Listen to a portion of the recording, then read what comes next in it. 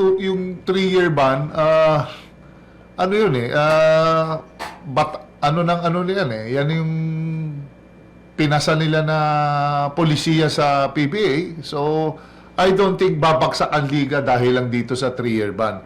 Lagi ko nga sinasabi din, pare, pare tayo nang galing sa college coaching. Players, they do just come and go. May dumarating, may umaalis, may nagpo-pro, may nag-RP team, nawawala, bumabalik. Correct. So, tuloy-tuloy naman ang succession ng mga players. Kasi hinahanda mo naman yung mga players sa mga pag ito umalis. Hindi ka naman nagbubuo ng isang koponan na nakabase o nakaasa lang sa iisang player. Siyempre, kung let's say meron ako isang big man, o kung ito mahusay at nagpaplano umalis, siyempre kukuha ko ng 4 pa na big man.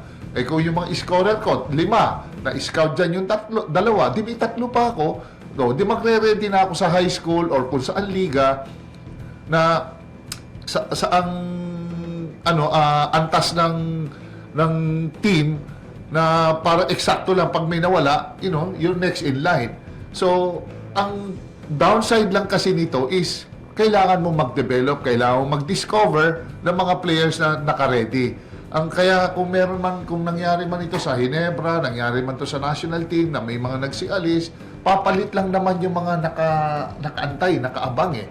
So, it may be siguro awkward pa sila. Siguro at first medyo mangangapa, pero eventually makaka-adapt pa rin yun. So, you just give them time.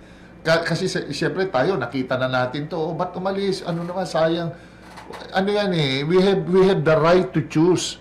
They're all professionals. If the fee is right, siyempre, why not? Binigyan mo ng offer na irresistible. Hindi na magdadalawang salita yun, pare.